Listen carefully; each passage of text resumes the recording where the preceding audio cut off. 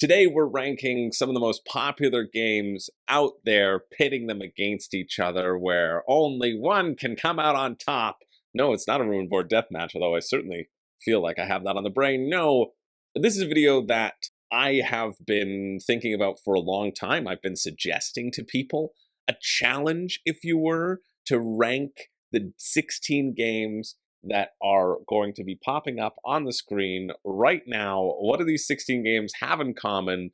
Well, they are all games that one person who wins one of these game tournaments will end up winning, well, they'll all win one of these rings, and they'll end up winning $25,000. These are the games that are currently at WSBG, the World Series of Board Gaming, which, if you don't know, well, I do some work for them behind the scenes. And so while this may feel like a WSBG ad, it's not. It's not, because the reason these games were chosen is because they are popular, and I would probably do something like this even if I didn't work for them. Because you know what? It's good content, it's fun to talk about all of these popular games, and it's a list of games that I know intimately. And so I wanted to get a ranking together as to my favorites and talk about all of them. Honestly, there's only one game in this list, and that's number 16, that I don't really like. I still think it's a good game, I'm just abysmal at it. And if you've heard me talk about it before, then you probably know which game I'm talking about. And if you don't, well, you're going to find out soon. But all of these were picked and have stayed around into this year's event because they're classics in a way. They're either modern classics, they're new classics, or they're older classics. But I feel like this section, this selection of games, really represents a lot of facets of our hobby. Obviously not considering co-op into account or large campaign games, but just board gaming in general, when you're going to put down a game, set it in front of you, and have yourself a good time. I think all of these are great games. I'm happy that being involved in the World Series of Board Gaming has forced me to play these games and to learn them, because I've found some new favorites out of it, and I want to share that excitement. So let's get right away into the list. Drop your list down below. Which are your favorites? Which would you be the best in terms of competition? I'll probably talk about that at the end, because it's not necessarily correlating for my personal list. And of course, drop in the comments if you think I'm a shill and I'm using this for no other purpose than to, oh god, how did that get up there? No, let's go to number 16. Number 16 is going to be Patchwork. Patchwork is the game out of those 16 that I don't like. And it's not that I don't like it, even though I just said that. It's just that I'm just so bad at it. I'm so bad at it, and I don't understand how other people whoop me so completely every time we play. If you haven't played Patchwork, it's one of Uwe Rosenberg's masterpieces. I mean, he's got a lot of them. You're trying to fill up this grid with polyomino pieces, and then every time you pass a little button on the main board, you get to collect, there's the main board, you get to collect the buttons that are currently shown on your quilt. You're making a quilt. That's what you're doing. And Patchwork sits at 111 on Board Game Geek, 5th in Abstract, 14th in Family, which is strange to me because it only plays 2 players. But there's just something about Patchwork that I'm really bad at. And I think that definitely affects my enjoyment of it slightly. That's probably why it's a little bit down here. Not that I have to be good at games to enjoy them. And I do enjoy this whenever I play it. It's just not one that I'm always going to gravitate to play. It must be the visual aspect and thinking ahead. I really like the concept. I like the cost analysis that you have to do, both in buttons, which represent your points, which you're spending every time to get a piece, and more importantly, time, the amount of time it takes, and wanting to fill up that full quilt. I think it's really interesting, and honestly, talking about it makes me want to play it again right now.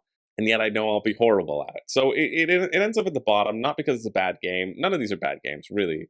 But it is impacted by the fact that I have yet to wrap my mind around it. Even, I don't know how many times I've played it, 15, 20 times in my life, probably more than that.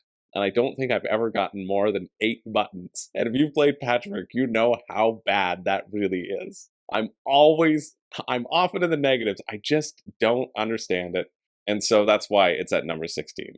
Moving along to number 15, It's going to be Seven Wonders, and this is Seven Wonders Second Edition. The original Seven Wonders is currently ranked 87 on Board Game Geek. This is ranked 282, but it's basically the improvement of the game. And Seven Wonders was one I got rid of from my collection because I felt I'd outgrown it, and then I was forced to get it back in order to run some tournaments for the World Series of Board Gaming. And so in WSBG, we played the Leaders expansion as well, and I think this is actually a really fun little expansion. You just draft leaders at the beginning. They're going to provide you with one-time bonuses at the beginning of each age, 1, 2, and 3. So you're going to have 4 leaders, and you're going to use 3 of them.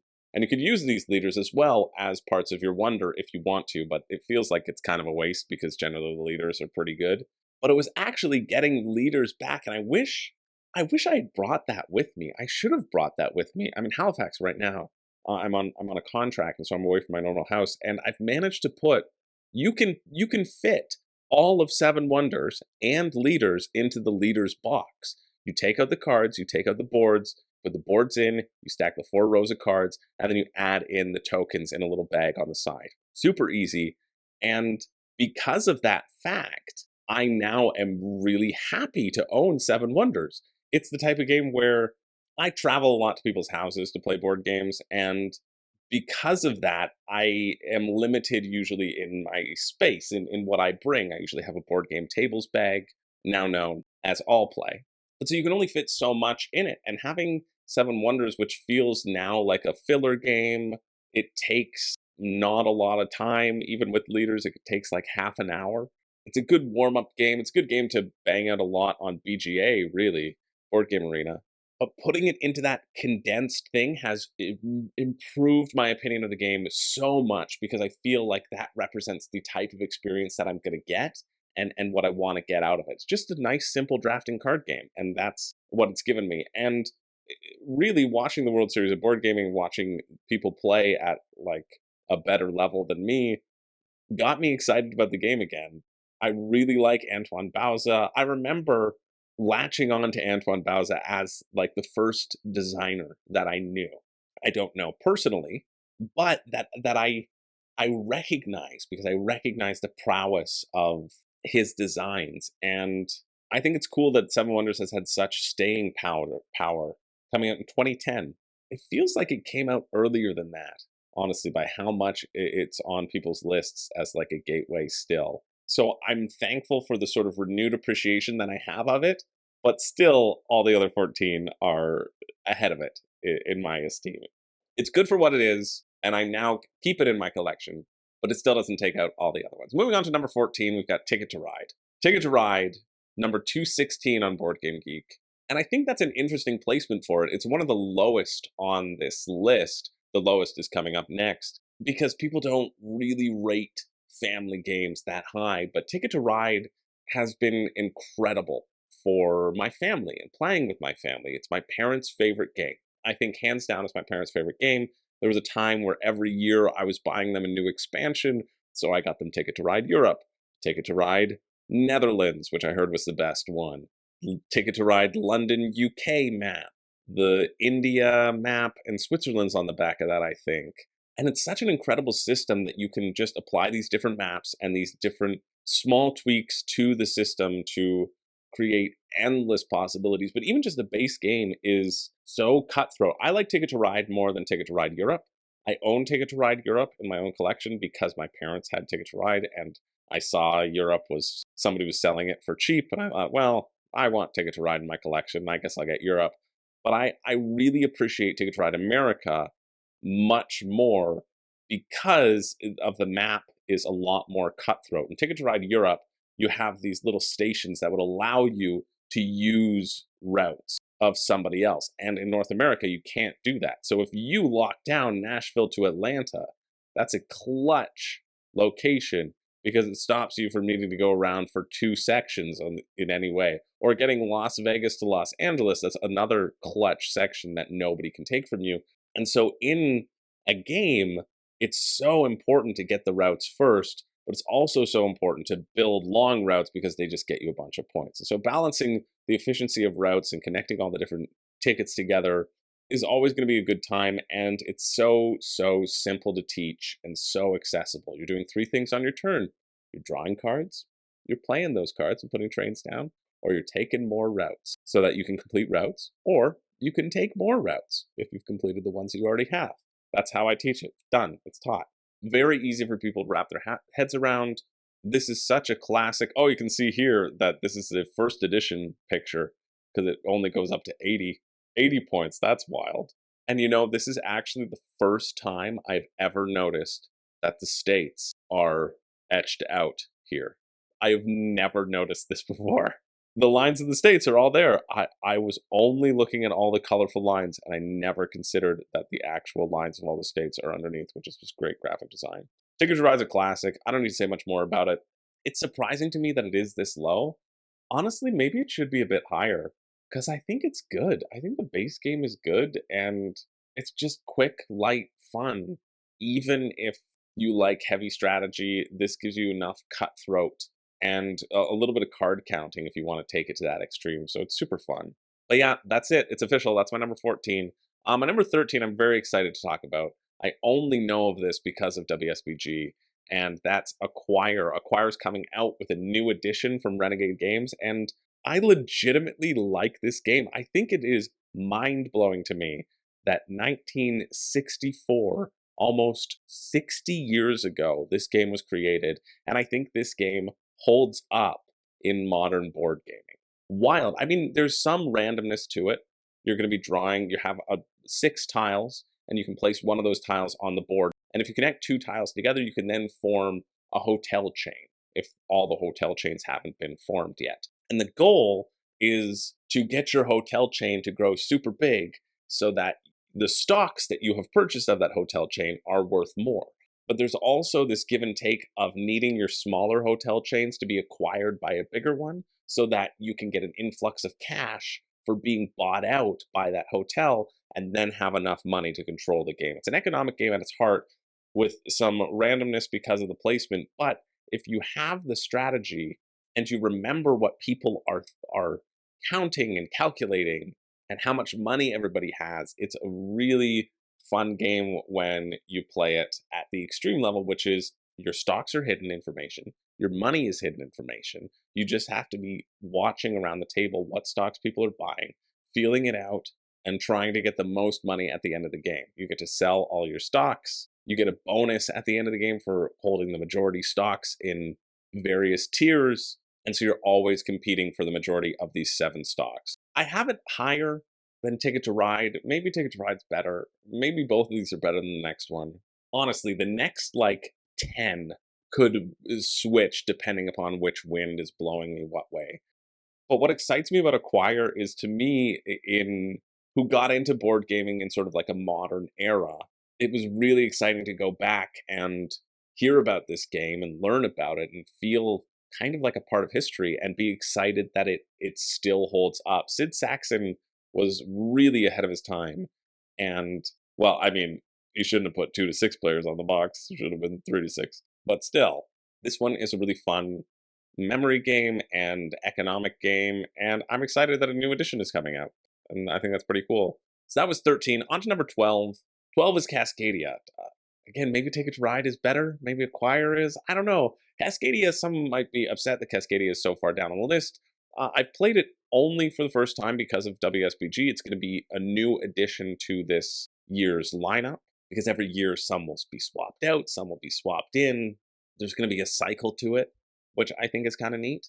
And Cascadia is another game that is so elegant in terms of accessibility. You see, you have these 4 tiles and these 4 little animals, and both are kind of combined together. So if you take one, you must take the other and place it somewhere in your environment. And then each game, there's going to be 5 different scoring conditions for each animal, and that's it. You also get points for the number of contiguous tiles that have the same habitat in all 5 habitats. So you're trying to do these sort of dual tile laying is how it's been described to me by the designer. I think Cascadia is really fun. Whenever I've introduced it to other people, it's really blown their mind. I really like it. I think it's pretty calming. The one thing I don't like about it is the upkeep, but it's fine. every time there has to be 4 tiles and 4 things out. So every time somebody takes a thing, you got to pull things out. And sometimes the turns play so quickly that you're just like, if you're the banker, so to speak, you're always kind of pulling things out. But it's really solid and a good price too. This is in the sort of Calico and Verdant trilogy. It's not really a trilogy, but people often compare those 3. I've yet to play Calico and Verdant, but I have that on my list to get and to try out. So I'll probably do a comparison at some point on the channel. But yeah, gorgeous design, accessible. If you like tile laying games, absolutely check it out. It's one of those games that doesn't blow me away, but I think is really solid, and I'd be happy to play anytime. Number 11, I think we're on, just shy of the top 10, is Gaia Project. And I think the reason why Gaia Project is this far down, I mean, it's not that far. Again, all of the games on this list are really good, but I think the reason why Gaia Project is this far down is because it re-implements Terra Mystica. And at my heart, I'm a Terra Mystica boy. I have played a lot of Terra Mystica. I like Terra Mystica. I like Terra Mystica, what it does. And while I see the sort of innovations in Gaia Project, in the randomization of the tech elements, I kind of miss how cutthroat Terra Mystica is. Because in Gaia Project, you can always go through somebody else's pathway, and in Terra Mystica, you really can't. And so I think I like that tense board control over what Gaia Project gives. Otherwise, both fantastic games. The variable powers here are so fun. Each race is very exciting and complicated. And I do love that Gaia Project gives you a modular board. All of these hexes can shift, and so you can just splay them out. And then you have, as like a balancing mechanic, you have the last player get to turn them in a certain orientation to make sure that the first player who's taking the first faction doesn't get an advantage by the layout of everything. I also love, one of my favorite parts about Gaia Project is your player board. You can see here, this is a sort of unrevealed player board, but all of these gray, light beige sections are going to have buildings on them. And so you only get that income, you see the hand without saying, money please, you only get that income when those buildings are on the board, but also the buildings have a flow to them because you're constantly putting some out and then upgrading it and pulling it back to your player board. And so I think that's really interesting of what boards do you leave out, what boards are going to be beneficial, and when you time the building of those, because there's also every round you get a bonus for doing one thing, and so you're going to be wanting to pay attention and hoarding up your resources to do that thing on that turn, but then it might not be as efficient and you might not get that income, right? So Gaia Project is really solid. It's one that I think I need to play a little bit more. I generally gravitate towards Terra Mystica, and I therefore am more knowledgeable on Terra Mystica and feel more confident with Terra Mystica and know what all the factions do. Gaia Project, I think I've only played like 3 or 4 factions. And so that's fun, but I still haven't experienced the full potential of what Gaia Project has to offer, and so that's why it's sitting at number 11. Number 10 is Azul, ranked 70 in the top 100. I mean, Gaia Project was ranked 12. So yeah, almost pretty close. Azul is, I mean, what to say about Azul? Azul is my number 1 sort of gateway game. Azul is my number 1 parents game. Parents and people who don't play board games but like kind of want to resonate so hard with Azul. And it beats Cascadia for me. So this is where I had to place it, right? I had to think of, do I take Cascadia or do I take Azul? It's very close, but I think I take Azul. This is the base Azul. You can see behind me. Maybe. Now you can. I have the Azul number 2 here. I've also played Azul number 4. And the more I play the base game, the more I'm starting to enjoy it. Maybe more than number 2. I really like number 2, though. I like the modular board that you get with number 2, and you don't really get that much in the first one. I know you can on the reverse side of the board, but not really. But yeah, what to say about Azul is that my girlfriend's parents love it, and they don't really love games. They introduced it to their friends, and they play it all the time. And like before that, they weren't really playing games. It can create gamers out of people, and I think that's just so special and incredible about Azul. When you play it at 2, it's a very cutthroat game. There's a lot of back and forth, but playing it at 4 is just casual and fun and relaxing, I find. This board right here, nobody would ever make. Well, it's cheating right now. because you can't have a full bottom row, so there wouldn't have extra tiles unless they just put that red one over there. They hadn't pushed it out, but I don't think so. Yeah, if you don't have a copy of Azul, or if you have people in your life who you're thinking like, hey, I want to get them into board gaming, try Azul out, because out of all of these, this is probably the best bet. I love how tense the scoring is and how it can build up and really cascade. And then if you're mindful of that, how mean and punishing it can be as you try to force other people to not do the thing that is most beneficial for them. So moving along to number 9. Number 9, we have the Castles of Burgundy. You can see here I have the anniversary edition that was in 2019. The Castles of Burgundy, I think, is still number 17 on Board Game Geek. This is the original edition, which I think I like more than the anniversary edition. And now there's the second edition, which has come out. The special edition, which is too much for what Castles of Burgundy is. Castles of Burgundy is another great one to play on Board Game Arena.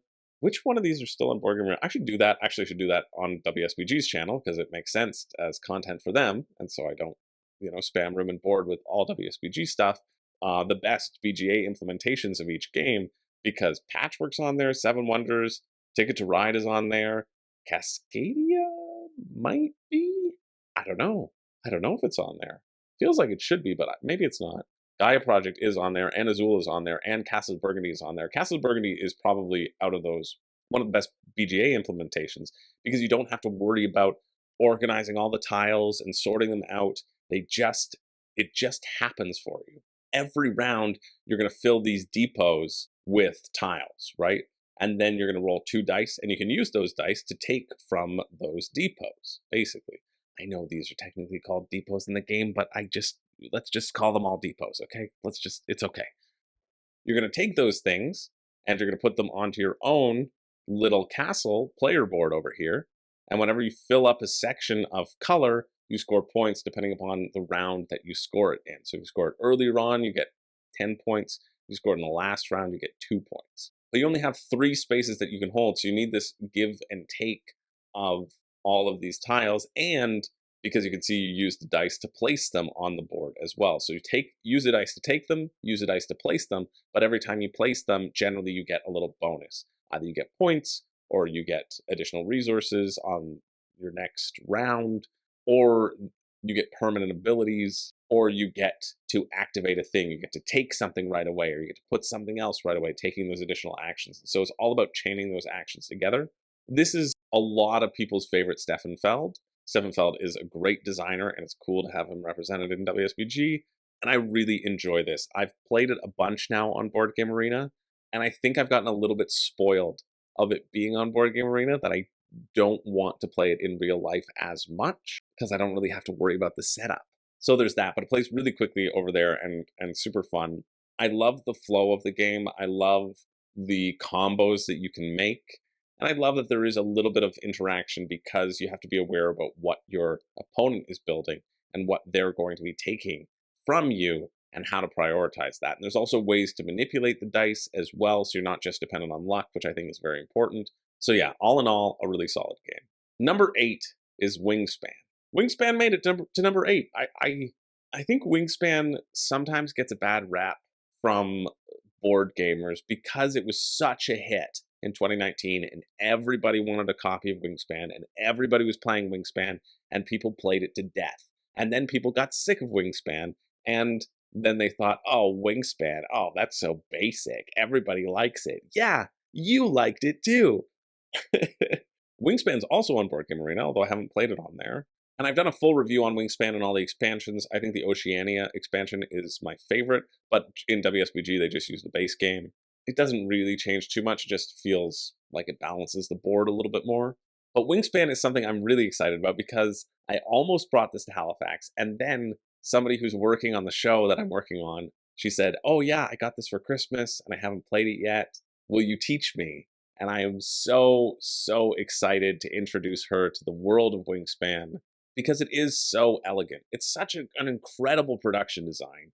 It's great value for what you get in the box in terms of component quality and the amount of cards and just the quality of everything. Like, they give you they didn't have to have a bird feeder dice tower. It's not integral to the game at all. And yet it adds that little touch that is lovely. And normally in games now, you'd see huge things and overproduced things, and this feels like a nice touch. It does. You're going to be getting food and getting eggs so that you can play your birds, which will cost food and eggs. And you'll play them into these rows you can see on the player board to improve your basic abilities that you're also taking to get more birds and more food and more eggs. This is one of my girlfriend's favorite games. This is kind of what I think exploded the concept of nature themes onto the map and showed that there was a market for nature themes as well. And it's just, yeah, it's just good. It's also one of those games where whenever my girlfriend suggests it, I go, well, we've played a lot of it. But then when I get it to the table, I always enjoy it. It's slick engine building, and I think it's worth reminding people that it is just slick engine building, and it's a slick game, and get over yourself, play it again, and you might have a good time.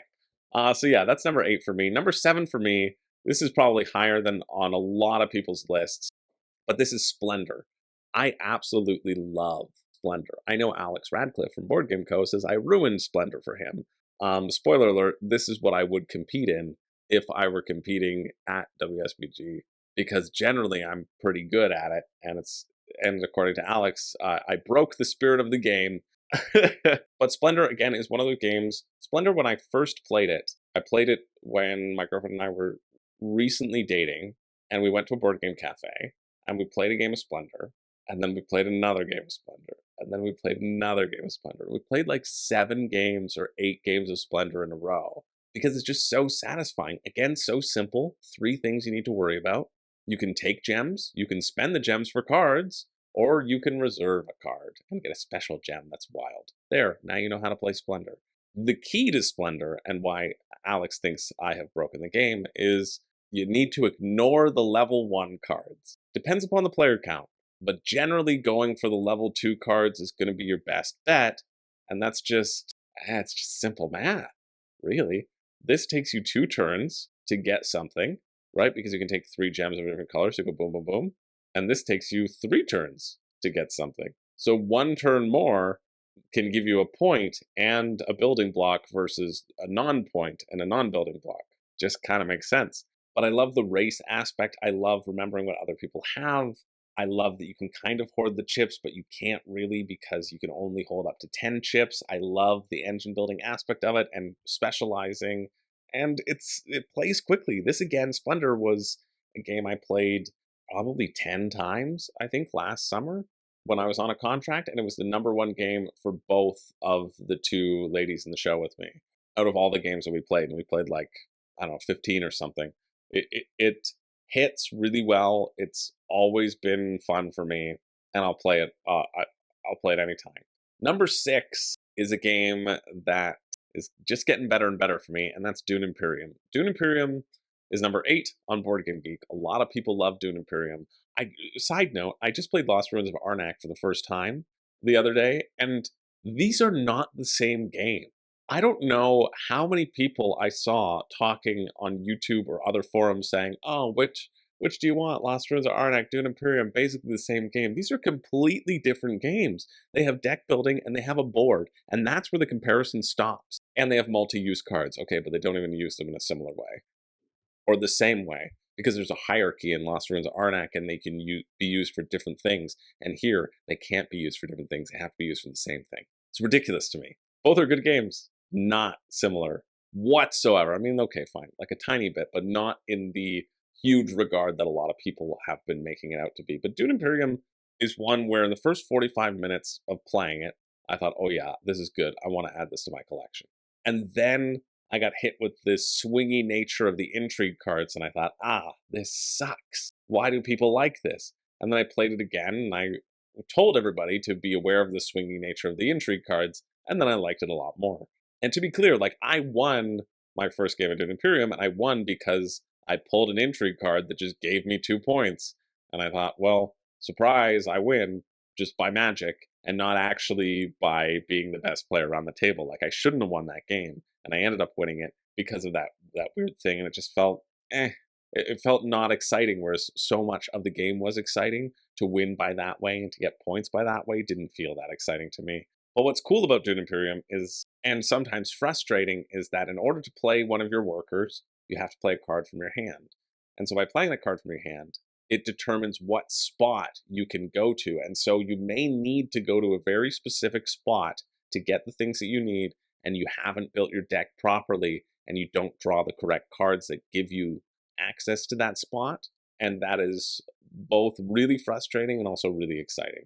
There also is a battle that happens at the end of each round where you put in cubes, and these represent your troops, and you have to commit to them over the course of the worker placement phase, which I think is really cool, and it gives you rewards for first, second, and third, depending upon how many people are playing. It's a great tension that kind of overlays every round and gives a structure to every round, while also the abilities on the cards and the things that you're buying feel meaningful, and the deck building aspect still is kind of there. There's also these sort of tech tracks you can go. Every time you go to one of these spots, you move up in influence in one of those houses, and so that can get you points as well. It's very simple. First to 10 points wins.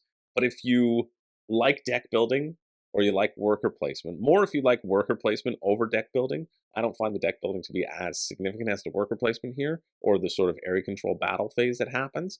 But if you like those things, I think you should try it out, knowing that the intrigue cards are swingy and weird. Even still, I think this is a really fun game, and I think it's a testament to how fun it is that my experience of it has gotten deeper and deeper the more I play, rather than sometimes the opposite, which happens. Number 5 is BGG's number 4, and that's Ark Nova.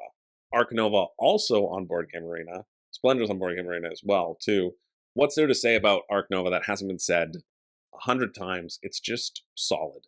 I love the amount of cards that are there. I love how you determine your actions and the delayed gratification that happens with your actions. It kind of reminds me of why I really like Soulkin, in that if I wait, my people and my cards will be worth more, and I'll get to do more with them. And it encourages that planning and dealing with what you have now versus what you might have later.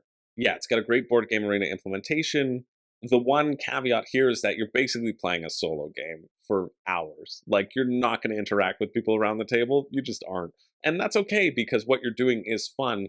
The tile placement, the building out your zoo is fun. The getting different combos and chaining things together is fun. Buying animals and increasing your income is fun. Choosing what cards to upgrade so that you get the better version of those abilities, and knowing you won't ever be able to upgrade all 5 is interesting. It's a bit on the pricier side, maybe one of the most, honestly, all these games are good too because they're reasonably cheap. I think Ark Nova and Gaia Project are probably the most expensive, and that's probably around $70 or $80. But you get enough in the box to make it feel worthwhile. I really enjoy Ark Nova because I really enjoy that engine building aspect. And it's always exciting when new cards come up and you think, ooh, what can I do with those? So that's why it's number 5. Number 4 is Great Western Trail. I mean, we're moving into almost 10 out of 10 territory here for a lot of these games. Did I even consider this on my top deck builders? I didn't. Oh, it was on my short list. It was on my short list, but again, like, I don't feel like the deck building here is what excites me about the game. What excites me about the game is the locations. Basically, every game you're going to go around and around this one route, and when you finally get to the end, you're going to show your hand of cows, and people are going to give you money for the beautiful cows that you have on display, and then you're going to go back to start, and you're going to go all over again. But the choices here are, how quickly do I speed through the trail to show off my cows, and how much time do I take going to the various buildings and taking those actions. I also love too that you're going to be gathering these different characters. You get cowboys to make getting cows easier. You'll get builders to make getting buildings easier. You'll get engineers to get moving your train easier. And all of these are kind of different strategies that you can pursue and should pursue if your opponents are pursuing a different thing, and will depend on how they come out of the bag and enter the common pool at various costs. The buildings are also awesome because they're both double-sided, and you can just flip them back and forth at the start of the game, and you have a whole new set of different buildings, which gives you a whole new set of different actions as well as you put these buildings onto the map and create your own great places to stop along the road as you speed through and try to showcase your cows, which gets you more money, which lets you do more stuff. It's a really, really good game. It's a game that both my girlfriend and I enjoy, and so I've played it a bunch. I haven't played the second edition that much, but the second edition introduces these cows, which I think are really cool because every time you show them off, they upgrade into better cows. And so getting one of those early is huge because down the line, it's going to be worth a lot of money whenever you show it off. Ranked 34 on Board Game Geek, it deserves to be in the top 100 for sure. It's my number 4. I will always enjoy a game of this, and I know I am very bad at this game as well. But as opposed to Patchwork, there's so much here to sink my teeth into and to figure out and to discover, and even watching and commenting on the players in World Series of Great Western Trail and seeing them play this game and feeling like, okay, now I've got a little bit of a handle on the strategy, a little bit more. It's one of those games where the different strategies are so expansive that it still feels like I have a lot to explore and discover, which is exciting to me and probably why it is so high. This one came out of nowhere for me. Number 3 is Raw. Raw is so good. I've talked about Raw a lot on this channel and on other channels because I've been playing it a lot. I brought it with me here to Halifax. I think this new production design is so nice and also affordable. It is such an incredible bidding game. There's an absolute amazing tension of bluffing and set collection. All you're doing is there's a number of tiles out in a row, and you have the choice. Here, I want to get pictures from the new version and not the old version. Ugh, this old version, I can see why people didn't like it. 25th Century Games gave it the glow up that it absolutely needed and deserved. Right here, you can see the difference of these tiles, right? And the quality of the friggin' wooden components in this box is so good. But these tiles are going to be spread out, and then you can declare raw, which declares an auction, and then everybody else gets to bid, and you get to bid last, which is huge, but you only have these 3 sundials with which to bid. And so there's this knowledge around the table of who has the most power this round. And so with that knowledge, it's deciding, okay, when can I get them to spend that power? Can I push them to do it now, and then hopefully I can get a better thing later? Or they can put that best tile up there, then I'll have the best tile, I'll have the most power, and then in addition, I can bid a low amount and swap that tile for the next round, because every tile that gets bid gets put into the common pool and swapped out. So if there's a 13 in the middle and I bid a 1, well, I get all the tiles and I get to have the 13 for the next round. And then the next person who wins that set of things also gets the 1. And so there's this always the shifting calculation that has to happen between the players, with the ever-present threat that you may not even get to use your tiles because time's going to run out. Every time a raw tile is pulled, an auction is also triggered, but nobody has to bid on it. And the clock moves a little bit forward. And if too many raw tiles are pulled, the round ends. And whatever you didn't spend, you keep for the next round. Doesn't matter.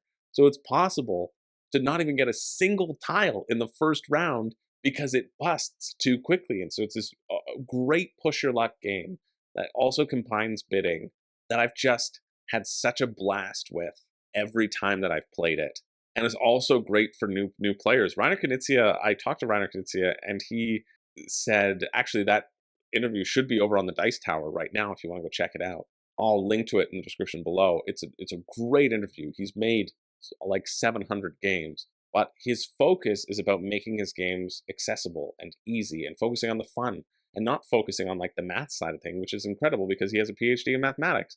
I think this really made me respect him as a designer. I mean, I've always liked Tigris and Euphrates, which he has, but this just, set me over the top. I don't know if I like Tigris and Euphrates more at this point. I think I might like Raw more, which is wild, but it's more accessible and there's a higher chance I can get it to the table with people. So Raw is just really, really good and would highly recommend people check out this new edition. It's a good price, and if you like bidding or that tense trying to force your opponent to do something, it's top notch. So that's number 3. Number 2 is Terraforming Mars. Call me basic, but I love Terraforming Mars. I do. A lot of people love Terraforming Mars for good reason. And I like Terraforming Mars the same reason I like Ark Nova. I like Terraforming Mars more, though, because I think I find the cards a little bit more satisfying, and I find the engine a little bit more satisfying. And I really like the draft that happens. At the beginning of each age, you get your 4 cards and you're drafting them. You're drafting for the opportunity to purchase them and put them into your hand. And so that adds a lovely layer of strategy and hate drafting and combo creation that's just delightful. I love the different powers that you get. The first time that I played Terraforming Mars, I played it with my friend, Kara, who happens to also be my neighbor, but she's not my neighbor. She's my friend, and she is married to my neighbor. She got at me once for always referring to them as just neighbors. They're like, we're your friends too. So now I make the distinction that I like her best. But honestly, that should be rescinded because she made me play with the basic corporations, which suck, which are so bad. You just get to keep 10 cards and you don't get an awesome ability for the rest of the game. And so I got to keep 10 cards, all of which were like end game cards that weren't going to benefit me, but I held on into my hand. And then her and Yuval, they both had awesome abilities that they were capitalizing with over the game. I'm like, what the hell? So annoying. But that didn't even put me off because the amount of back and forth that happens through terraforming the planet and competing for spots on the planet, it just feels so much more interactive than Ark Nova does because the two often get compared a lot. There's more similarities between Ark Nova and Terraforming Mars than there are Lost Ruins of Arnak and Dune Imperium. But I think the reason why they get compared is because I think people like them for a similar reason. But for me, Terraforming Mars edges Ark Nova out. I like the different resource tracks that you get to consistently be going up on and receiving things. And I like the card play, I think, a little bit more because it feels like there are more engines you can create, more actions you can take with your cards, whereas in Ark Nova, they're kind of static. But yeah, Terraforming Mars is a great game. It's a game I would play anytime. It's a game I wish I played more. It's a game I wish my girlfriend liked, but she doesn't. And that's why, we're probably not going to make it work. It's not going to last, Renee, and this is why. But that takes us to our number 1 game, which also happens to be Board Game Geek's number 1 game. If you're keeping track, you knew this was coming. It's Brass Birmingham. Brass Birmingham, on my top 20 games of all time, both Terraforming Mars and Brass made the top 20. They didn't crack the top 10, but they made the top 20, which is really good. And Brass is another game that I learned because of WSBG. And I'm so thankful for that because it is just so friggin' good. It's one of the only games that uses the loan mechanic in an integral way. That and Anachrony, also a fantastic game. I'm thrilled that it's number 1. You're going to be building out your network of industry over the course of 2 ages, the canal era and the rail era, where in the first one you can build canals. You can see all these kind of like blue lines there. That's where canals can be built. And then in the next one, you can build railways. You can see over here from Birmingham to Nuneaton, you can only build a railway. Same with Nuneaton to Coventry. You can only build a railway there because there were no canals there. Oh, even bigger. You can see it now. In addition, you're going to be building different goods on these locations, but the incredible thing is that it's all done through card play. Every turn, you discard a card to take an action. Doesn't matter what it is. But if you're taking an action that's related to building, you have to discard that card that's associated with that building, or you discard the type of resource that's connected to your current link. The best part about this resource system, it's about getting resources on the board and then delivering those resources, creating a network or connecting into the places where those resources get delivered.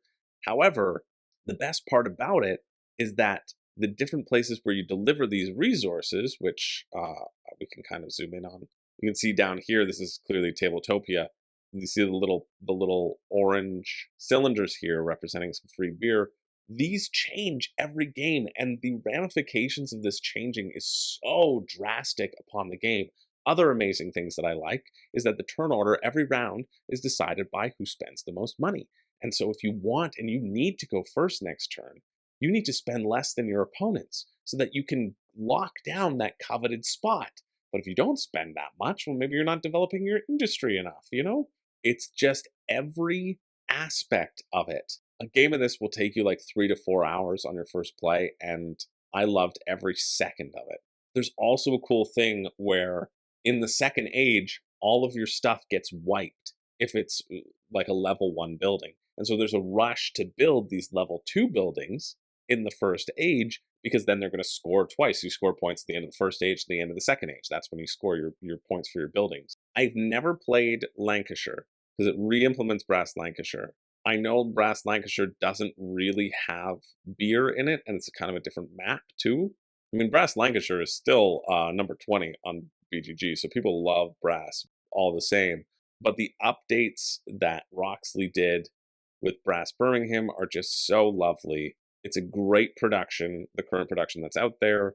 There's just so much that can happen on this board. There's a little bit of a fiddly thing with the coal. Whenever you need coal to be built, to build something, you need to have access to that coal, or by building it, you need to then have access to it. It's a bit hard to wrap your head around, especially as a first-time player. But once you get over that hurdle, it's just like a crunchy, solid economic game that is awesome.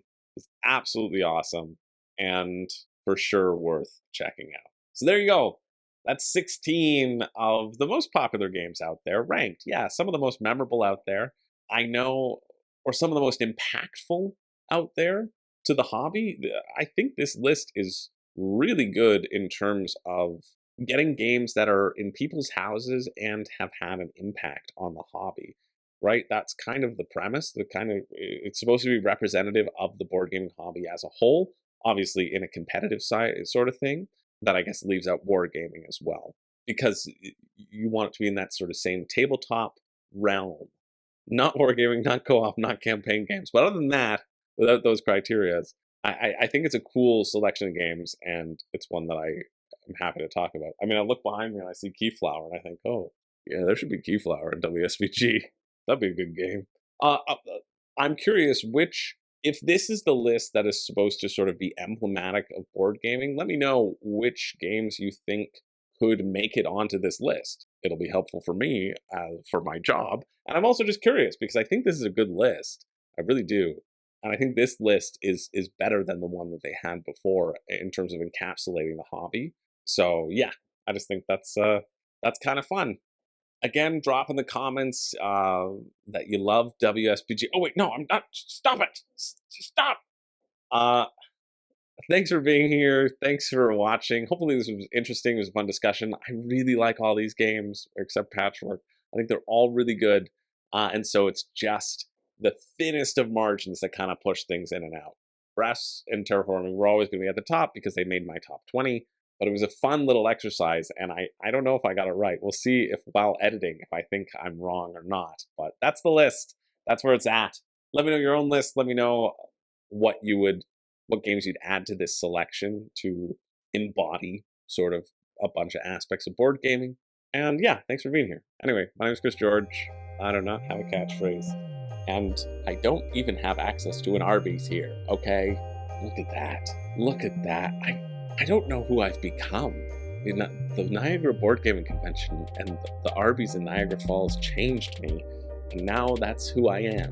Anyway, I gotta stop talking for a little bit and maybe go get some Wendy's, because it's very close to the place I'm living.